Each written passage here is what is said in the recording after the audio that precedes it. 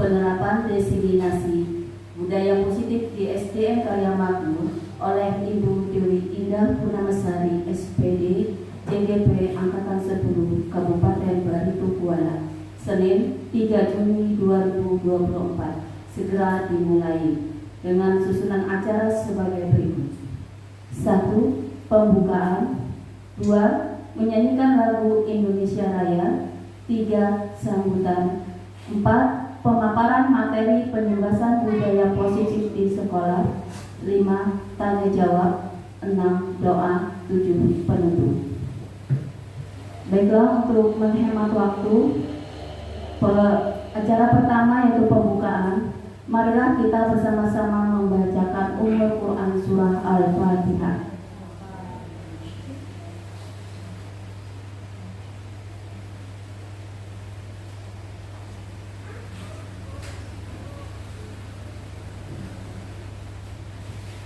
Semoga dengan pembacaan surah Al-Fatihah tadi, acara kita akan berjalan dengan lancar. Amin. Acara kedua, menyanyikan lagu Indonesia Raya. Hadirin dimohon berdiri.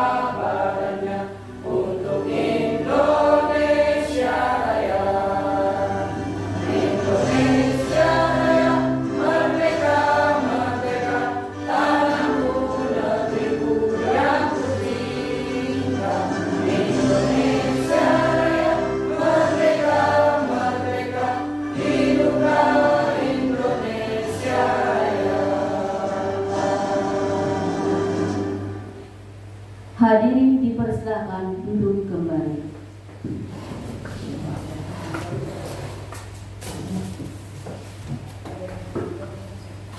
Acara selanjutnya, sambutan Kepala Sekolah SDN Karya Makmur kepada Bapak Fahmi Hairudin, SPD, dipersilakan. Bismillahirrahmanirrahim. Assalamualaikum warahmatullahi wabarakatuh. Yang saya hormati Bapak dan Ibu Guru SDN Karya Makmur, yang saya hormati Ibu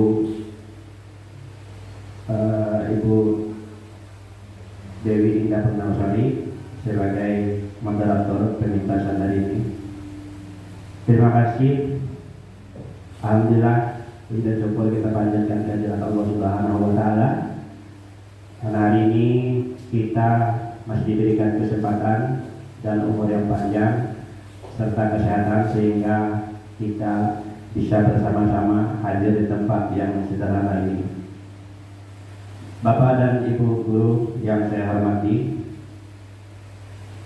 hari ini kita bersama-sama berkumpul di sini yaitu untuk bersama-sama mengikuti pengibasan yang akan dibawakan oleh Ibu Dewi Indah Purnamesari, SPD, dengan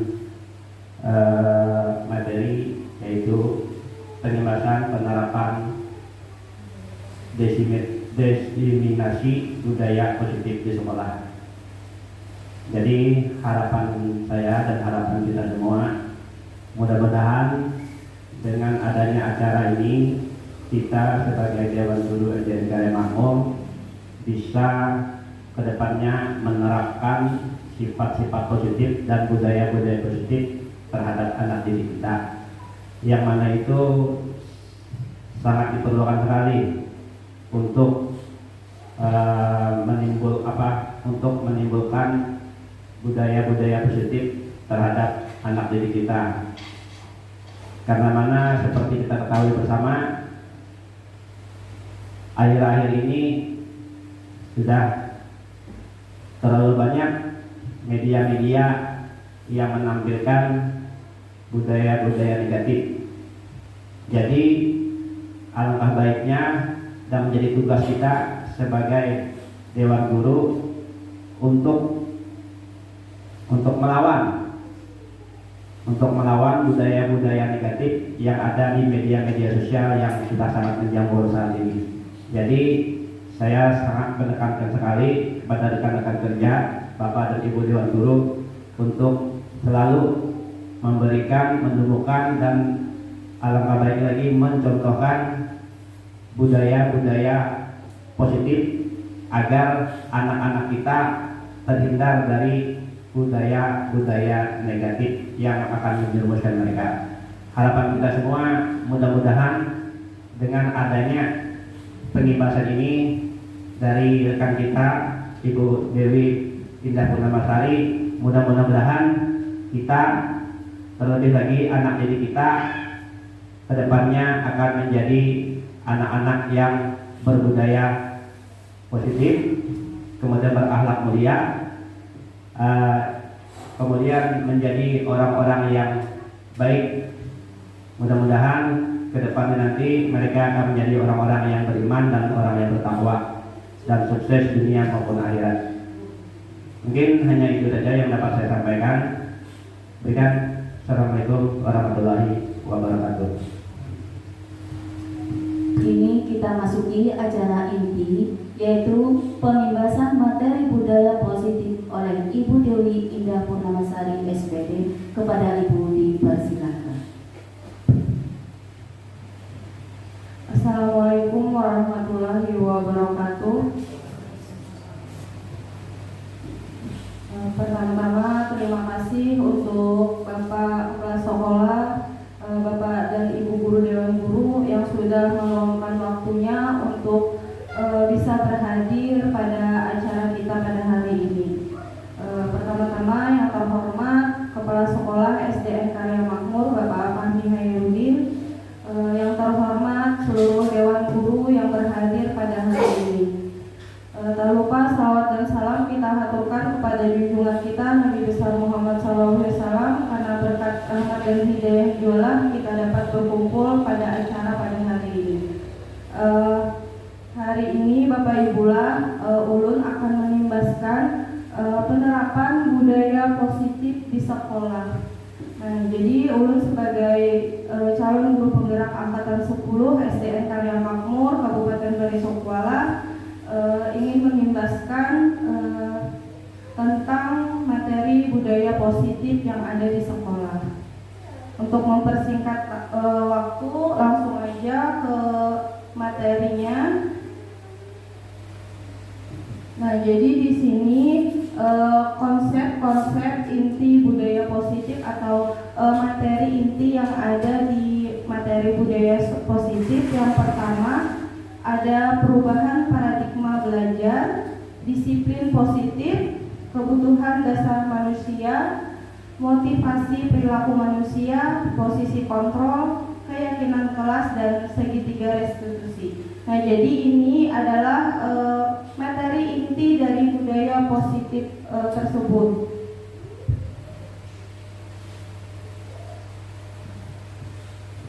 Yang pertama ini perubahan paradigma belajar. Nah, jadi Bapak Ibu, pendidikan zaman kolonial Belanda yang dulu, rakyat hanya diajari untuk berhitung, menulis, dan membaca seadanya untuk kepentingan kolonial Belanda. Itu paradigma zaman dahulu. Kalau zaman yang sekarang, pendidikan paradigma yang baru ini adalah pendidikan yang berpusat pada murid untuk mencapai kebahagiaan lahir dan batin yang setinggi-tingginya. Nah, jadi paradigma paradigma belajar kita di zaman dulu dan paradigma belajar kita di zaman sekarang itu sangat berbeda. Jadi kita mengikuti zaman kita yang sekarang.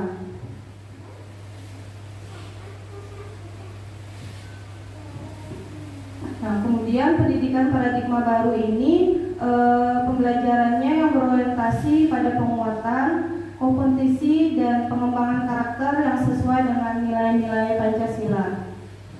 Nah, jadi paradigma baru ini berfokus kepada nilai-nilai Pancasila kita. Pembelajaran paradigma baru juga memastikan praktek pembelajaran yang berpusat pada murid. Jadi pembelajarannya berpusat pada murid, yang mana setiap murid belajar sesuai dengan kebutuhan dan tahap perkembangannya untuk mewujudkan profil pelajar Pancasila. Jadi kita pembelajarannya menyesuaikan kebutuhan dan karakter masing-masing siswa kita sesuai dengan tahap perkembangannya. Nah, jadi yang sesuai dengan profil pelajar Pancasila tadi yang dimaksud itu ada berkebinekaan global, beriman bertakwa kepada Tuhan Yang Maha Esa dan berakhlak mulia, mandiri, bernalar kritis, kreatif, dan bergotong royong. Jadi yang diharapkan sekarang pembelajaran kita tadi sesuai dengan profil pelajar Pancasila yang ada ini.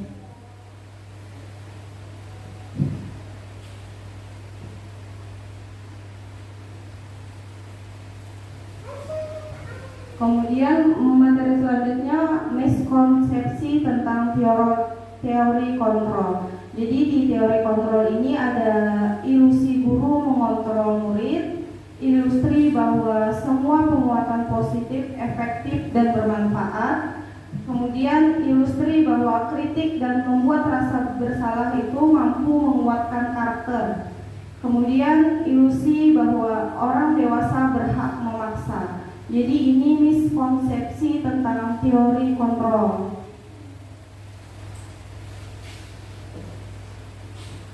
Nah,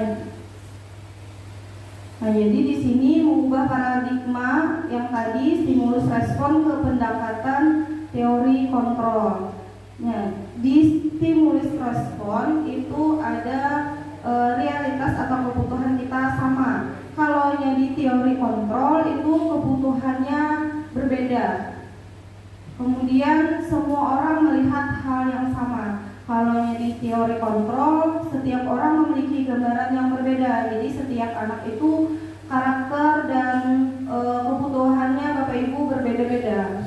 Jadi tidak bisa kita paksakan sama semuanya satu kelas.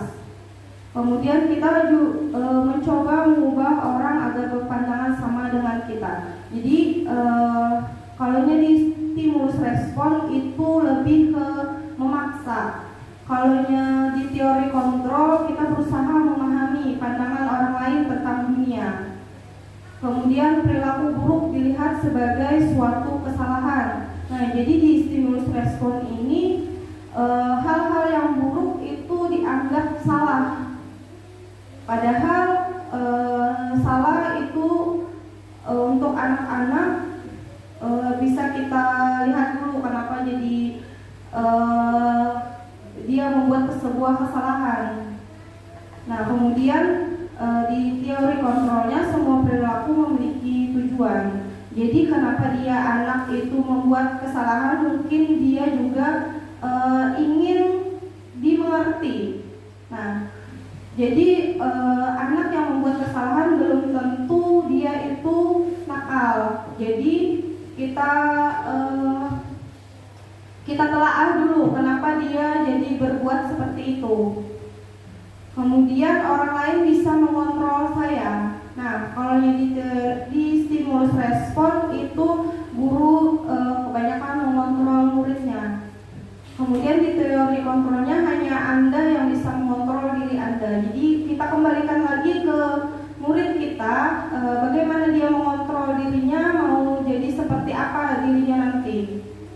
Kemudian saya bisa mengontrol orang lain. Kalau di teori kontrol, Anda tidak bisa mengontrol orang lain karena tadi kembali lagi sesuai dengan nilai-nilai Pancasila, kita mengajarkan sesuai dengan kebutuhan murid-murid kita. Kemudian pemaksaan ada pada saat rujukan kemudian gagal. Nah, jadi di stimulus respon ini kebanyakan memaksa. Kemudian kalau di teori kontrolnya, kolaborasi dan konsekuensi menciptakan pilihan-pilihan baru. Jadi di teori kontrol kita bisa memilih atau menciptakan pilihan-pilihan sesuai dengan konsekuensi yang dia buat sendiri. Kemudian model berpikir menang atau kalah di teori stimulus respon. Kalau di teori kontrol, model berpikir menang terus. Selanjutnya materi disiplin positif.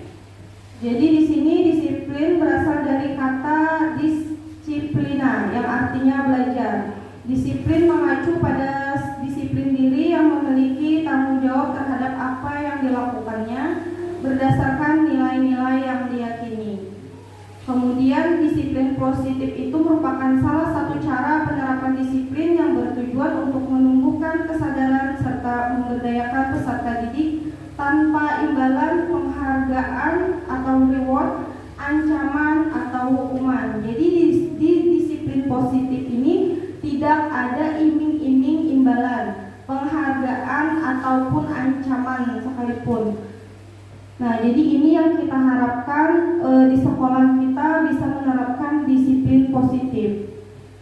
Sebagai pendidik, tujuan kita adalah menciptakan anak-anak yang memiliki disiplin diri, sehingga mereka bisa berperilaku dengan mengacu nilai-nilai kebijakan universal dan memiliki motivasi intrinsik bukan ekstrinsik.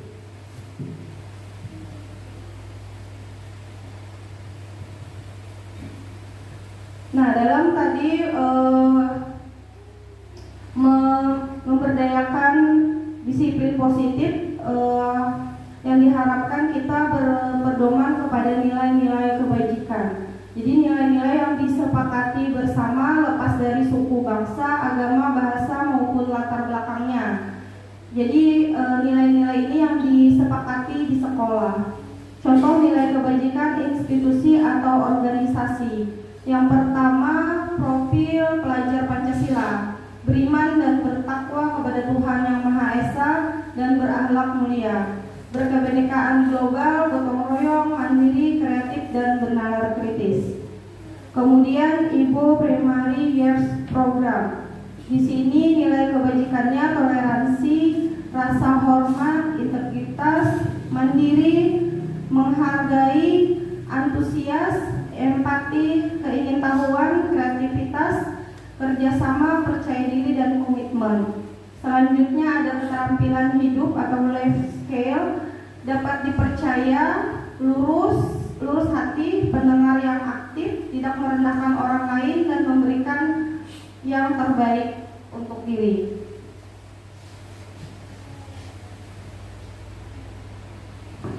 Materi selanjutnya ada kebutuhan dasar manusia. Jadi kebutuhan dasar manusia ini Bapak Ibu adalah segala sesuatu yang kita lakukan untuk mendapatkan apa yang kita inginkan. Jadi seluruh tindakan yang kita lakukan itu memiliki tujuan tertentu. Dan semua usaha yang terbaik yang dilakukan adalah dalam rangka agar kebutuhan dasar kita terpenuhi dengan baik. Jadi ada 5 kebutuhan dasar manusia. Nah, jadi ini Bapak Ibu, 5 kebutuhan dasar manusia. Yang pertama itu ada bertahan hidup, kasih sayang dan rasa terima kasih, penguasaan, kebebasan dan kesenangan. Jadi setiap manusia membutuhkan 5 kebutuhan dasar manusia ini. Yang pertama bertahan hidup. Jadi Bapak Ibu, kita perlu makanan, pakaian, tempat tinggal, keamanan dan kesehatan. Jadi semua manusia menurut ulun kemungkinan pasti memerlukan kemudian kasih sayang dan rasa terima kasih. Jadi di sini manusia itu pada dasarnya perlu rasa diterima, dipedulikan, berbagi, kemudian kerjasama, menjadi bagian dalam kelompok. Kemudian penguasaan. Di sini dasar manusia itu ingin adanya harga diri atau dihargai. Jadi keinginan untuk dianggap, memimpin, berprestasi, diakui dan didengar. Jadi manusia perlu itu. Kemudian selanjutnya kebebasan. Jadi manusia perlu mandiri, memiliki pilihan, mencoba hal baru, mampu mengendalikan arah dirinya. Kesenangan. Nah, jadi di antara dasar kebutuhan dasar manusia, manusia juga perlu yang namanya kesenangan hidup, seperti bermain, humor atau bercanda, antusiasme atau kemudian tertawa. Jadi inilah 5 kebutuhan dasar manusia yang dianggap paling penting.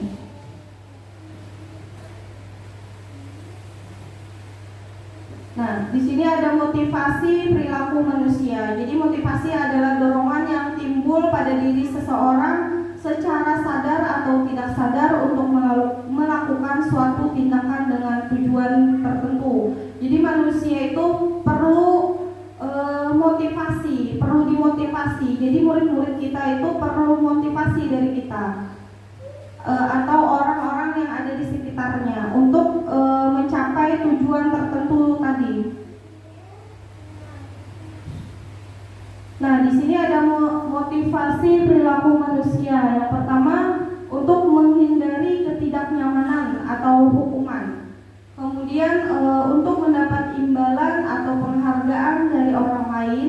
Yang ketiga, untuk menjadi orang yang mereka inginkan dan menghargai diri sendiri dengan nilai-nilai yang mereka percaya.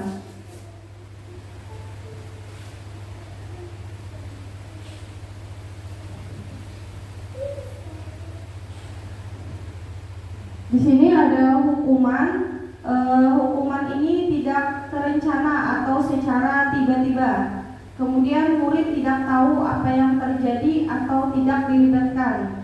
Bersifat satu arah berupa hukuman fisik atau psikis. Jadi di sini gurunya memberikan hukuman itu secara tiba-tiba. Anak tidak tahu menahu langsung diberi hukuman. Kemudian bersifat satu arah itu pilihan dari guru, bukan ditanyakan terlebih dahulu apa permasalahannya, langsung diberi hukuman fisik ataupun psikis. Kemudian konsekuensi itu terencana atau disepakati sesuai peraturan. Nah, jadi di dalam kelas kita sudah ada yang namanya aturan kelas, aturan yang kita sepakati di awal tahun pembelajaran baru biasanya, Bapak Ibu lah. Nah, jadi di sini ada konsekuensi yang harus disepakati dan dijalankan sesuai dengan yang sudah kita pilih. Kemudian murid tetap dibuat tidak nyaman karena konsekuensi tadi. Mereka biasanya menjalankannya karena terpaksa, karena ada konsekuensi atau kesepakatan yang harus mereka hindari. Kemudian sikap guru selalu memonitor murid. Jadi kebanyakan ibaratnya itu sekehendak gurunya aja. Nah, kemudian yang ketiga ada restitusi, proses menciptakan kondisi bagi murid untuk memperbaiki kesalahan. Nah, jadi Bapak Ibu diharapkan kita berada di yang restitusi. Jadi di sini kita memperbaiki kesalahan yang sudah mereka lakukan tanpa adanya tadi hukuman atau konsekuensi yang harus mereka jalankan, melainkan dari hati mereka sendiri untuk berubah menjadi lebih baik lagi. Kemudian di sini di restitusi ada proses kolaboratif yang mengajarkan murid untuk mencari solusinya sendiri. Jadi nanti di segitiga restitusi ini kita akan belajar bagaimana murid bisa mencari solusinya sendiri dengan kesalahan yang telah mereka lakukan. Kemudian yang terakhir di sini ada materi 5 posisi kontrol guru. Jadi yang pertama itu ada penghukum, pembuat rasa bersalah, teman, pemantau, dan manajer. Jadi diharapkan kita di SDN Karya Makmur ini bisa menerapkan posisi kontrol guru sebagai manajer. Karena penghukum itu menurut Ulun kurang bagus. Kemudian pembuat rasa bersalah juga membuat anak bisa trauma. Kemudian teman, kalau posisi kontrol kita sebagai teman, anak murid kita bisa ibaratnya itu sekehendak hati loh kita. Jadi tidak ada menghargai kita sebagai guru. Kemudian kalau sebagai pemantau itu Bapak Ibu, guru hanya menjalankan apa konsekuensi yang telah mereka lakukan. Misalkan datang terlambat harus membersihkan WC misalnya. Nah, jadi menurut Ulun itu juga masih kurang bagus.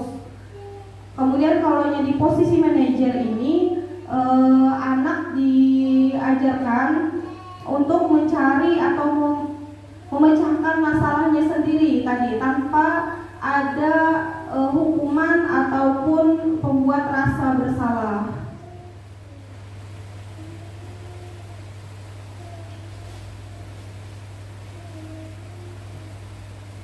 Nah, bisa kita lihat dulu video 5 posisi kontrol. Silakan Bapak Ibu simak dan amati videonya.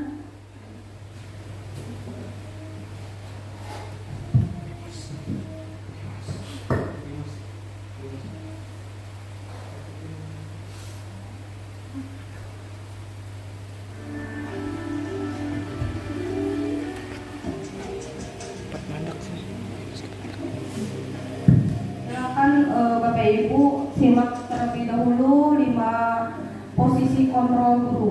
Naren, sini kamu. Selamat pagi Bu. Selalu terlambat. Kamu deh pasti terlambat. Maaf Bu, saya Apa coba? Alasan kamu apa lagi? Kapan sih kamu tidak terlambat? Malas sekali ya kamu jadi anak. saya Dasar pemalas. Gak kapok-kapok sih kamu. Sudah berapa kali terlambat? Sana, kamu keliling lapangan basket 2 kali. kenapa saya harus pilih lapangan basket Bu? Nah, ini Bapak Ibu di posisi penghukum sebagai penghukum. Berani-beraninya jawab. Sudah terlambat, masih berani jawab pula. Sekarang, keliling lapangan basket 5 kali sekalian. Biar kapok. Cepat. Pergi sana ke lapangan basket.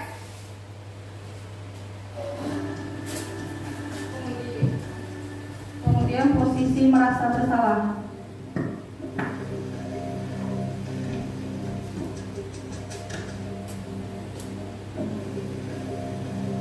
Naren,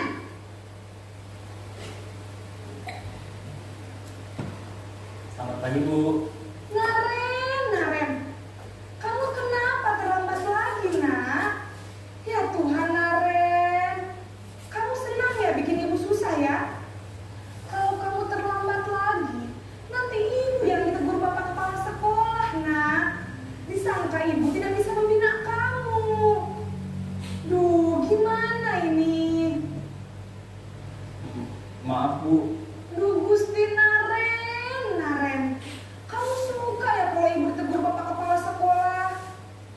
Terus, sekarang ibu harus tulis apa ini di buku absen?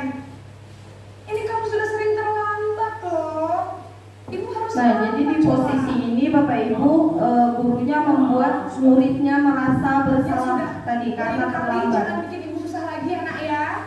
Ibu tidak akan kuat lagi kalau kamu begini terus.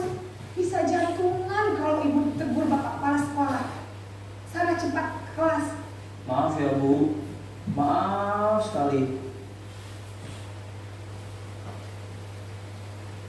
posisi pembuat rasa bersalah berbicara dengan nada tenang.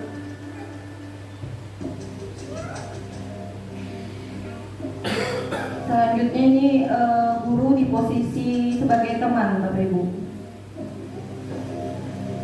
Naren!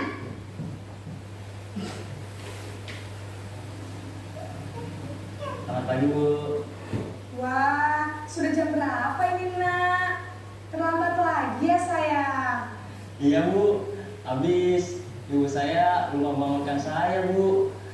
Kamu malah menyalahkan ibu kamu. Kamu bukannya anak yang larinya paling kencang. Kok terlambat sih? Iya, Bu. Saya memang terlambat bangun tadi. Jadi, biarpun saya lari kencang, tetap gak kekejar, Bu. Ya sudah sana. Nanti lain kali larinya lebih kencang lagi ya. Biar gak terlambat lagi. Bikin seneng ibu. Demi ibu. Bisa kan? Bisa lah, Bu. Ya sudah sana masuk kelas. Ibu beresin urusan absen kamu. Kamu ini ada-ada saja.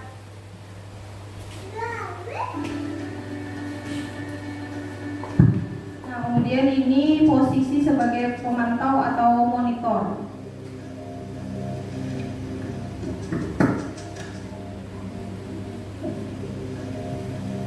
Naren!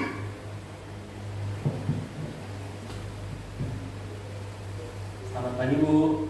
Naren, apa peraturan sekolah kita tentang jam berapa kita harus masuk sekolah, Nak? Kita harus di sekolah jam 7, Bu. Iya betul, sekarang sudah jam 7.20. Naren sudah tahu konsekuensinya jika terlambat hadir. Paham, Bu. Saya harus tinggal kelas pas jam istirahat selama 20 menit. Iya benar, konsekuensinya demikian. Jadi nanti jam 9.30 pas istirahat, kamu harus tinggal di kelas, kerjakan tugas tambahan untuk ketertinggalan kamu, ya. Baik, Bu.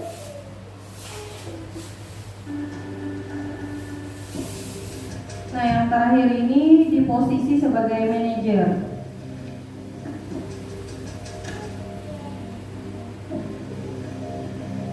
Naren!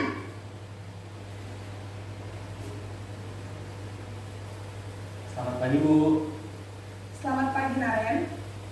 Maaf, Bu. Saya terlambat. Iya, sekolah masuknya jam 7, sekarang sudah jam 7.20. Jadi sekarang bagaimana ini, Naren? Maaf, Bu. Saya lupa setel alarm saya semalam. Baiklah, menurut kamu, keyakinan sekolah yang mana yang perlu kamu tingkatkan?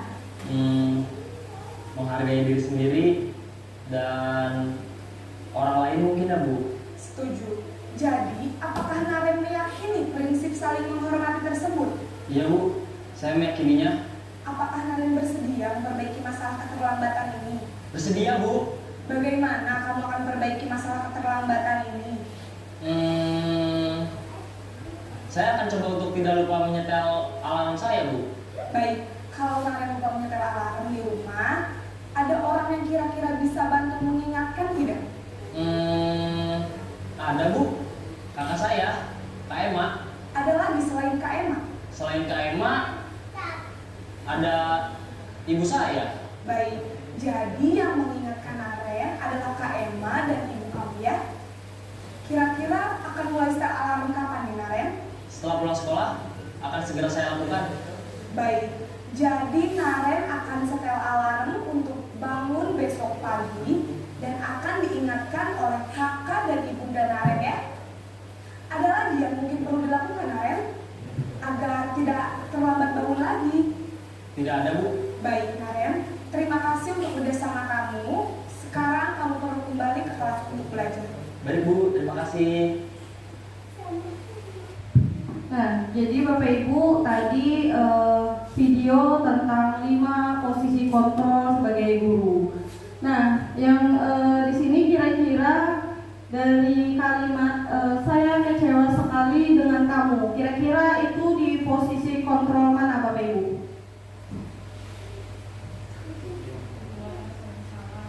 Ya, benar, Ibu Ulfia. Membuat rasa bersalah. Jadi saya kecewa sekali dengan kamu ini ada di posisi pembuat rasa bersalah. Selanjutnya, kamu tidak pernah benar melakukannya. Kira-kira di posisi mana Bapak Ibu? Iya. Jadi ini di posisi kontrol sebagai penghukum. Nah, kemudian apa rencanamu untuk menyelesaikan masalah ini? Kira-kira di posisi mana? Ya, benar. Ini di posisi manajer. Kemudian ayo lakukan demi Bapak atau Ibu guru ya. Di posisi mana Bapak Ibu? Sebagai apa? Ya, benar, sebagai teman. Jadi di sini posisinya sebagai gurunya sebagai teman. Kemudian kamu tidak akan pernah mendapat nilai jika tidak mengerjakan tugas. Di posisi mana Bapak Ibu? Ya, di posisi tadi konsekuensi atau kontrol sebagai pengontrol. Nah, kita ice breaking dulu sebentar ya Bapak Ibu agar tidak mengantuk. Nih, sudah jam siang. Siap ya Bapak Ibu? Ya.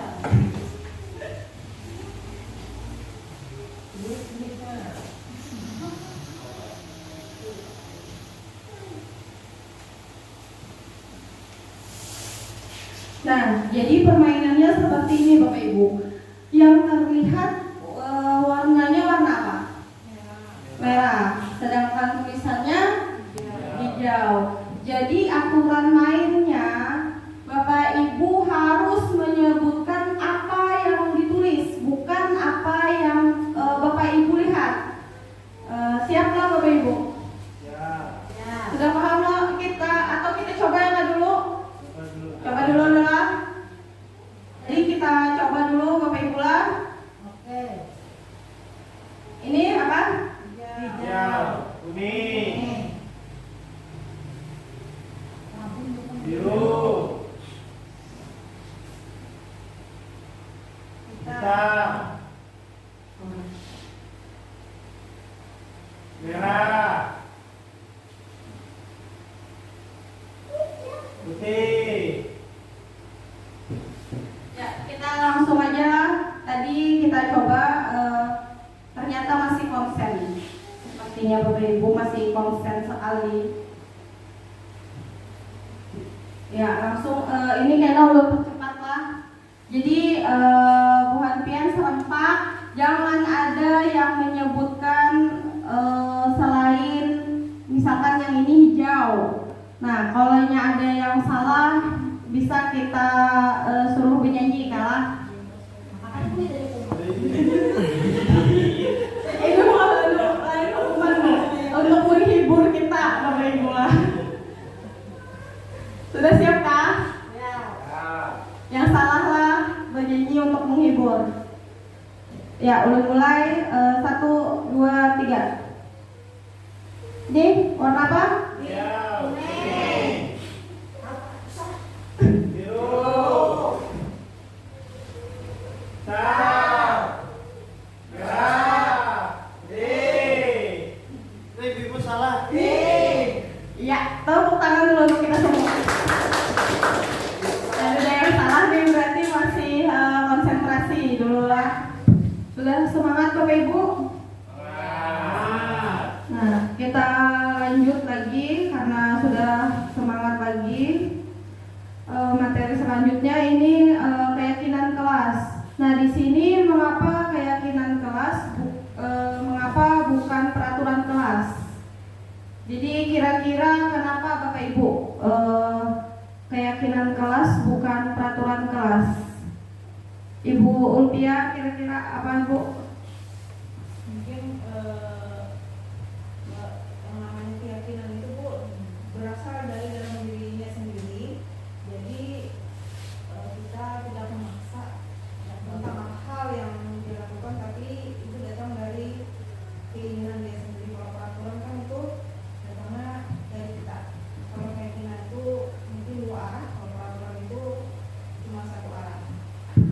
Ya, terima kasih untuk Ibu Ulfia Sari atas tanggapannya. Benar sekali, Bu.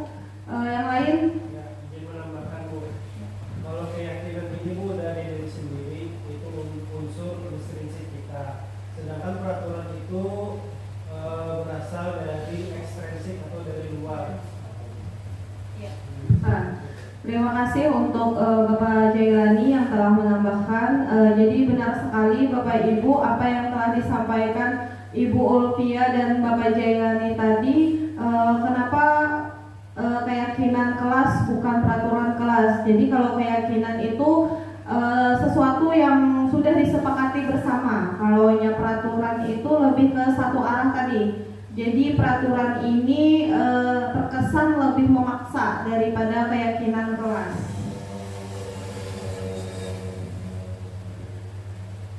Nah, jadi persamaan keyakinan kelas dengan peraturan kelas itu sama-sama dirancang guru dan murid bersama-sama. Namun salah satu perbedaannya tadi sudah dijelaskan oleh Ibu Ulfia dan Bapak Jailani tadi.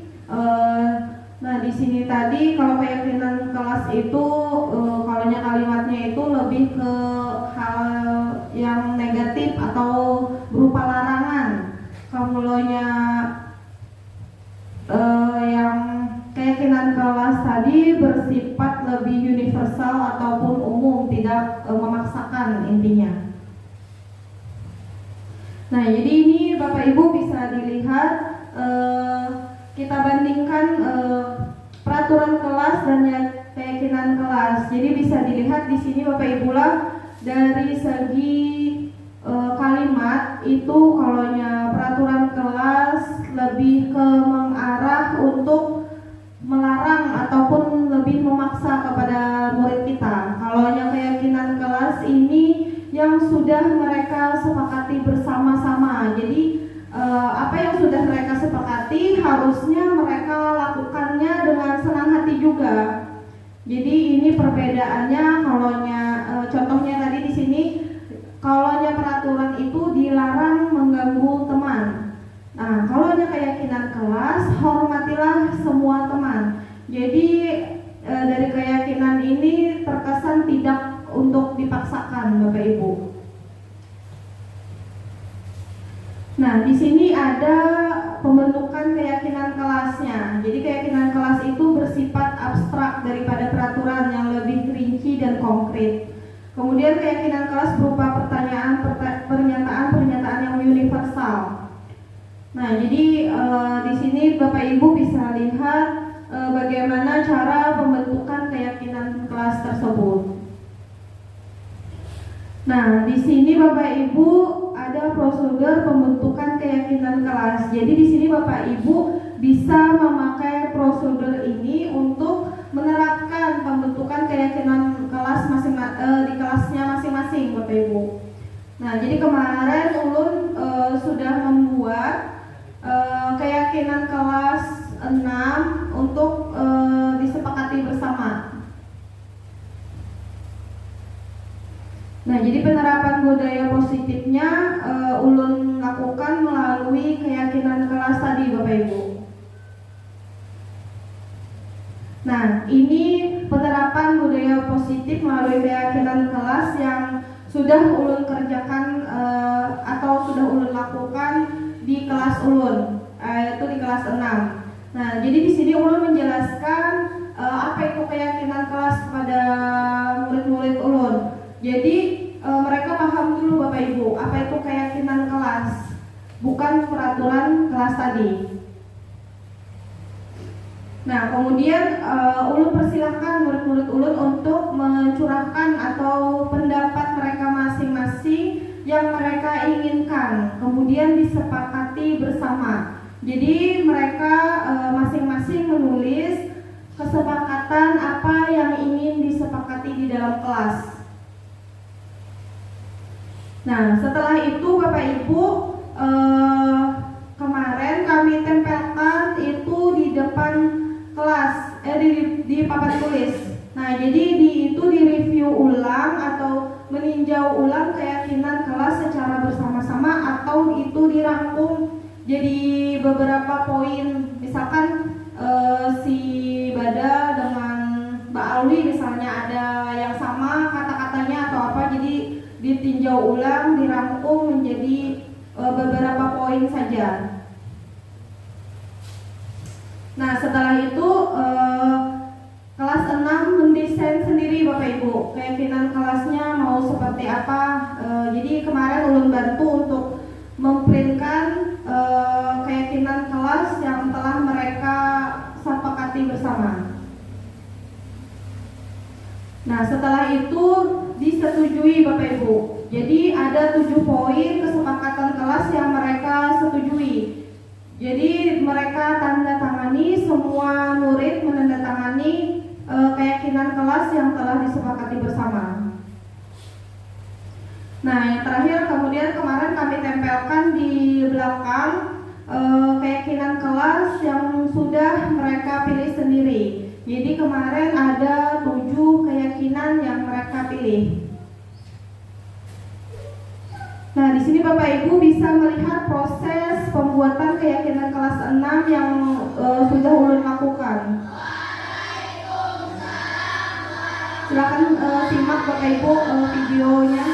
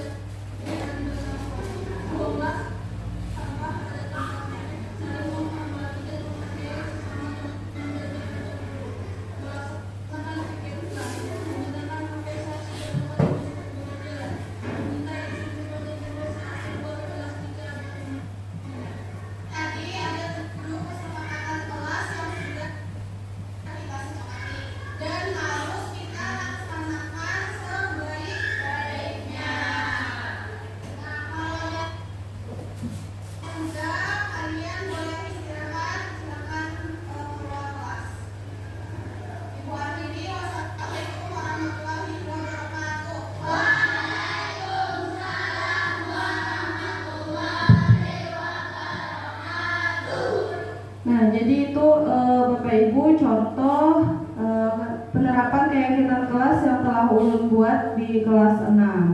Nah, bagaimana jika ada pelanggaran terhadap keyakinan kelas yang telah dibuat? Tindakan terhadap suatu pelanggaran umum berbentuk hukuman ataukah konsekuensi. Nah, jadi di modul ini Bapak Ibu atau di materi budaya positif ini ada yang namanya segitiga restitusi. Jadi kalau mereka melanggar di segitiga restitusi ini dicari permasalahannya seperti apa. Nah, jadi ini ada 3 tahapan segitiga restitusi. Yang pertama menstabilkan identitas. Jadi setiap orang pasti pernah melakukan sebuah kesalahan. Ulun yakin juga Bapak Ibu dulu di sekolah pasti pernah membuat suatu kesalahan. Nah, kemudian adanya validasi tindakan yang salah. Jadi di validasi ini kita menanyakan Bapak Ibu kepada murid kita mengapa pasti mereka punya alasan mengapa melakukan hal itu. Nah, kemudian yang ketiga menanyakan keyakinan. Jadi keyakinan menjadi seperti apa yang dia inginkan. Nah, jadi di segitiga restitusi ini suatu proses atau dialog yang dijalankan oleh guru agar dapat menghasilkan murid yang mandiri dan bertanggung jawab. Jadi diharapkan di sekolah kita, murid-murid kita itu muridnya menjadi berkepribadian yang mandiri dan bertanggung jawab terhadap apa yang telah mereka lakukan. Nah, yang pertama tadi validasi tindakan yang salah. Contohnya di sini Bapak Ibu, kamu pasti punya alasan mengapa melakukan hal itu. Kemudian padahal kamu bisa melakukannya yang lebih buruk dari ini ya. Nah, jadi itu contoh atau pertanyaan yang bisa kita tanyakan kepada murid kita jika mereka melakukan sebuah kesalahan. Jadi kita validasi dulu tindakannya atau kita cari dulu mengapa dia melakukan hal yang kesalahan tersebut. Nah, kemudian ada menstabilkan identitas Bapak Ibu. Jadi berdasarkan prinsip ini membuat kesalahan adalah bagian dari proses pembelajaran.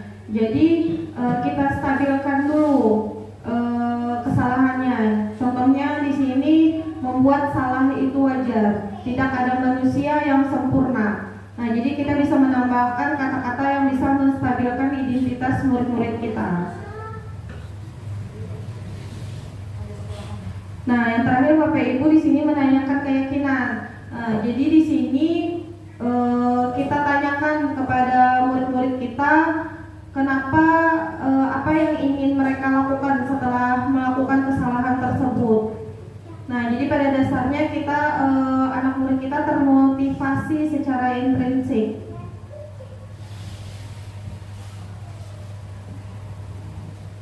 Nah, Bapak Ibu bisa menyimak video penerapan segitiga restitusi yang telah ulun buat.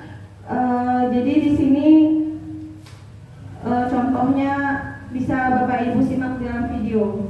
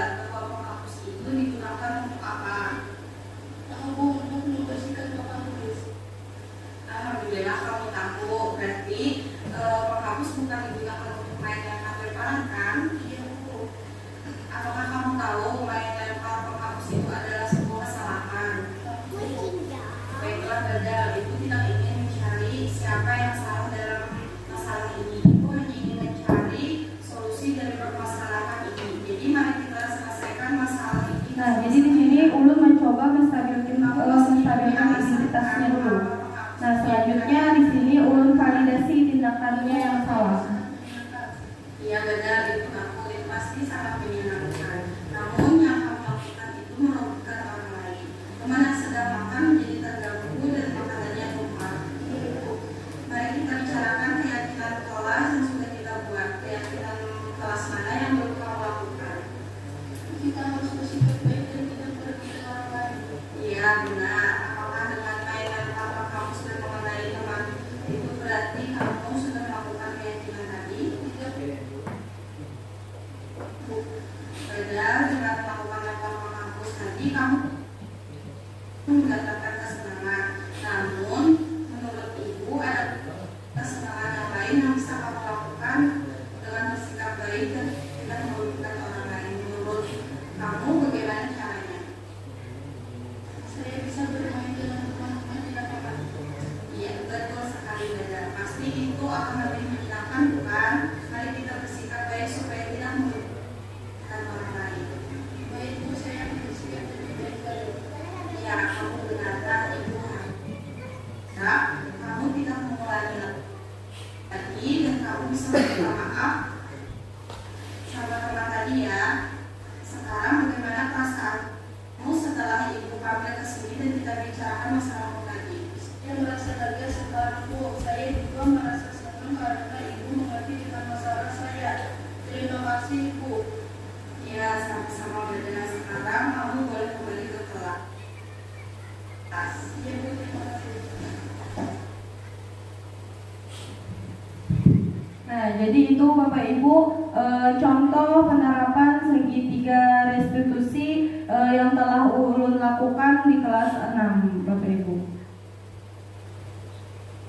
Nah, jadi diharapkan kita sebagai guru Bapak Ibu bisa menempati posisi sebagai manajer tadi. Seperti apa yang telah Ulun lakukan, diharapkan murid-murid kita bisa lebih baik lagi, lebih percaya diri lagi, kemudian lebih termotivasi lagi dengan apa yang kita terapkan di sekolah. Jadi Ulun harapkan Bapak Ibu setelah ini budaya positif ini kita terapkan di kelas kita masing-masing Bapak Ibu untuk agar sekolah kita jauh lebih baik untuk murid-muridnya ataupun guru-gurunya. Jadi diharapkan murid-murid kita itu murid-murid yang berakhlak, bertanggung jawab dan bisa menjadi sesuatu yang membanggakan di hari nantinya Bapak Ibu. Nah, jadi dalam penerapan program disiplin positif ini hendaknya guru memiliki standar kepribadian yang profesional, kemudian yang sosial yang baik, di mana guru mampu merefleksi dirinya dalam posisi kontrol saat ini Bapak Ibu. Nah, jadi bagaimana perjalanan dirinya sebagai manajer tadi yang menuntun murid-muridnya menjadi insan yang mandiri, merdeka, dan bertanggung jawab. Nah, itu Bapak Ibu mungkin pengimbasan atau materi budaya positif yang bisa Ulun bagikan kepada Bapak Ibu semua. Jadi Ulun harapkan sekali lagi kita semua bisa berkolaborasi untuk menerapkan budaya positif ini di sekolah kita Bapak Ibu. Jadi mohon maaf jika Ulun dalam menyampaikan materi ada kesalahan ataupun kata-kata Ulun yang tidak berkenan. Ulun akhiri. Wassalamualaikum warahmatullahi wabarakatuh.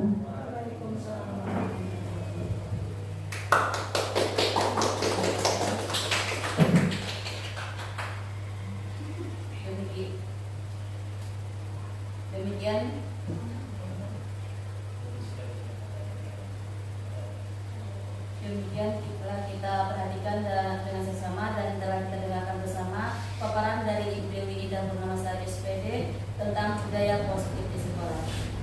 Acara selanjutnya yaitu sesi tanya jawab. Untuk tanya jawab ini silakan Bapak Ibu memberikan pertanyaan atau tanggapan terhadap materi yang telah disampaikan oleh Ibu tadi.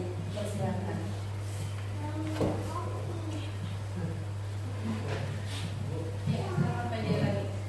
Ya, terima kasih sebelumnya pada Ibu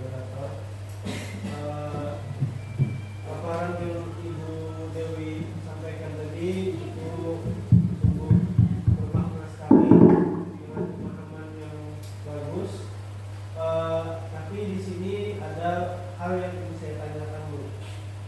Dalam materi ini tidak semua siswa itu atau peserta didik itu langsung memahami apa yang budaya positif ini kita sampaikan Bu. Seperti halnya video. Ya, terima kasih. Belum lanjutkan tadi pula. Jadi video yang tadi yang dari segitiga restitusi tadi ya Bu. Nah, itu kan langsung ke masalah dan penyelesaiannya Bu. Nah, di budaya positif ini pasti ada kendala-kendala Bu. Nah, tidak mesti langsung berubah total. Pasti ada kendala saat menjalankan budaya positif ini. Nah, bisakah Ibu memaparkan apa saja kendala yang dihadapi saat melaksanakan budaya positif ini, kemudian bagaimana cara menanggapinya atau menanggapi dari kendala tersebut? Nah, mungkin itu yang dapat saya tanyakan. Mohon kiranya untuk menjawab itu. Terima kasih banyak.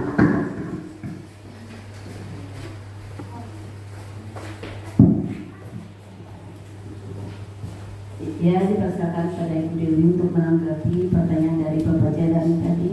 Dipersilakan. Ya, izin menanggapi Bapak. Terima kasih untuk pertanyaannya tadi. Jadi benar sekali Pak Jayani, ketika Ulun melakukan atau mencoba menerapkan budaya positif ini mulai dari kelas Ulun. Nah, jadi itu ada beberapa kendala yang sudah terjadi. Jadi misalkan tadi, misalkan begini Bapak, di keyakinan kelas kami kan kami menyepakati untuk bersikap sopan dan berkata sopan dan santun. Nah, jadi di situ ada beberapa kendala ketika kebiasaan-kebiasaan yang sudah mereka lakukan sebelumnya di rumah. Jadi untuk merubah itu harus melakukan sesuatu yang lebih, mungkin begitu Pak. Contohnya begini, jadi murid ulun itu kebiasaan di rumah itu kalau kita kan bahasa Banjarnya kalau untuk berpanggil lawan orang tua atau yang lebih tua dari kita itu pakai ulun dan pian. Nah, jadi murid ulun ini karena kebiasaan yang sudah berikam di rumah, jadi ketika di sekolah itu pun juga terjadi. Nah, mengapa ulun sepakati kesepakatan kelas itu untuk berkata sopan dan santun? Karena untuk merubah satu orang tadi. Jadi teman-teman yang lain bisa mencontohkan bahwa kalau kita sedang berpander ataupun berbicara dengan orang yang lebih tua itu kalau orang Banjar harus pakai ulun dan pian. Nah, jadi itu kendalanya itu karena mungkin faktor dari rumah. Jadi kebiasaan yang sudah di rumah yang sudah lama dilakukan, ketika di sekolah untuk merubahnya itu perlu butuh waktu Pak Jayani. Nah, jadi kiat-kiatnya tadi ataupun cara untuk mengubahnya tadi ya dengan keyakinan kelas tadi Pak Jayani. Nah, jadi kami sepakati tidak bisa berubah dalam 2 hari ya Pak Jayani. Nah, jadi kita bisa merubahnya pelan-pelan. Nah, jadi kalau ini murid-muridnya tadi masih berkata yang tidak sopan, kita kembalikan lagi, kita tanyakan kembali keyakinan apa yang sudah kita yakini sebelumnya. Jadi kita setiap harinya harus saling mengingatkan. Kada ulun aja yang mengingatkan, jadi ulun mencoba juga untuk teman-teman yang lain, jika temannya berkata yang kasar ataupun yang tidak sopan bisa langsung mengingatkan. Nah, jadi seperti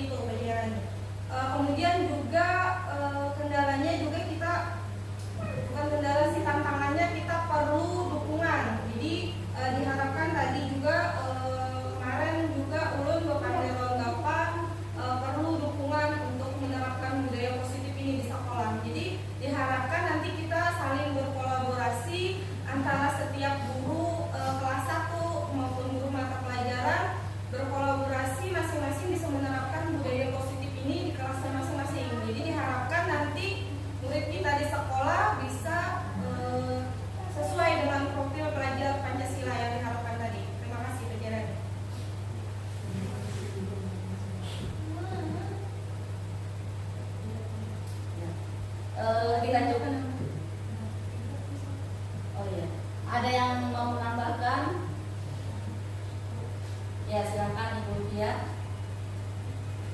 Assalamualaikum warahmatullahi wabarakatuh. Waalaikumsalam. Terima kasih atas kesempatan yang diberikan.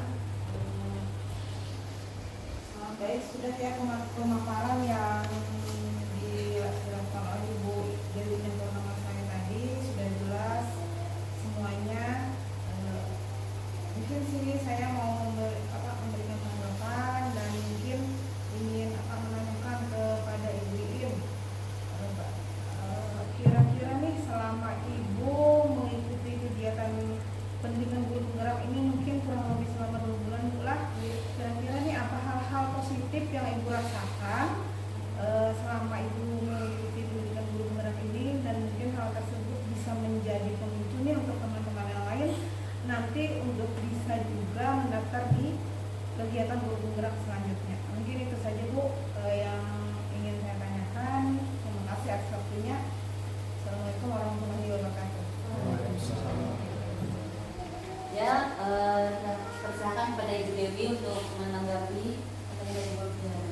Ya, terima kasih untuk Ibu Ulpiah Sari atas pertanyaannya ataupun motivasi yang ingin didapatkan dari Ulun yang sudah melaksanakan atau sedang menjalankan kegiatan guru penggerak ini. Nah, jadi banyak sekali Bu hal-hal yang positif yang Ulun dapat di guru penggerak ini. Nah, contohnya tadi di modul ini sebelumnya kan kita kalaunya belum mengikuti guru penggerak, apalagi Ulun yang guru dianggap guru baru Bu, masih 1 tahun, 2 tahun, 3 tahun, masih banyak belum pengalamannya, jadi masih banyak belum tahu tips dan trik untuk di kelas. Nah, jadi di guru penggerak ini sangat-sangat bermanfaat untuk membangun kelas Ulun yang berpusat pada murid, kemudian membangun budaya yang positif diawali di dalam kelas dulu. Nah, jadi di hal yang kecil ini diharapkan nanti bisa menjadi sebuah satu kesatuan yang positif untuk sekolah kita. Nah, jadi untuk guru-guru yang lain, Ulun harapkan juga bisa untuk mengikuti calon guru penggerak ini, karena menurut Ulun sangat-sangat bermanfaat, apalagi Ulun yang masih banyak atau masih kurang pengalamannya dalam hal pembelajaran. Ya, mungkin itu aja Bu dari Ulun. Ya, bagaimana Ibu Ulpiah, bisa diterima? Ya. Sekarang sesi tanya jawab kita tutup aja ya. Selanjutnya acara kita yaitu doa yang akan dibawakan oleh Bapak Indra SPD. Silakan oleh Bapak.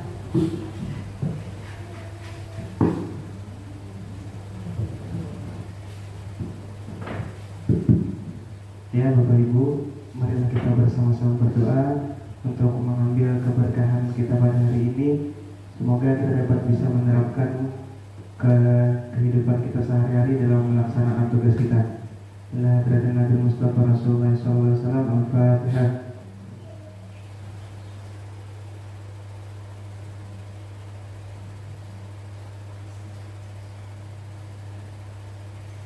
Bismillahirrahmanirrahim. Alhamdulillahirabbil alamin. Shalatu wassalamu ala asyrafil anbiya'i wal mursalin sayyidina wa maulana Muhammadin wa ala alihi washabihi wa barik wa sallim ajma'in. Rabbi shrah li sadri wa yassir li amri wahlul 'uqdatam min lisani yafqahu qawli. Rabbi zidni ilma warzuqna fahma birahmatika ya arhamar rahimin. Allahumma hawin alaina fi saqaratil maut wa najatan minan nar wa fa'il hisab. Rabbana la tuzigh qulubana ba'da idh hadaytana wa hab lana min ladunka rahmatan innaka antal wahhab. Rabbana zalamna anfusana wa in lam taghfir lana wa tarhamna lanakunanna minal khasirin. Rabbana atina fid dunya hasanah wa fil akhirati hasanah wa qina adzabannar. Wa sallallahu ala sayyidina wa nabiyyina wa maulana Muhammadin wa alihi washabihi wa barik wa sallam. Subhana rabbika rabbil izzati amma yasifun. Wassalamu ala mursalin walhamdulillah. Assalamualaikum warahmatullahi wabarakatuh. Acara selanjutnya yaitu penutup. Untuk menutup acara ini, marilah kita bersama-sama mengucapkan hamdalah. Demikianlah diseminasi dan pengimbasan budaya positif di SDN Karya Makmur. Semoga kita bisa menerapkan di kelas masing-masing. Saya selaku moderator pada hari ini, mohon maaf jika ada salah kata, dan saya akhiri dengan ucapan wabillahi taufiq wal hidayah.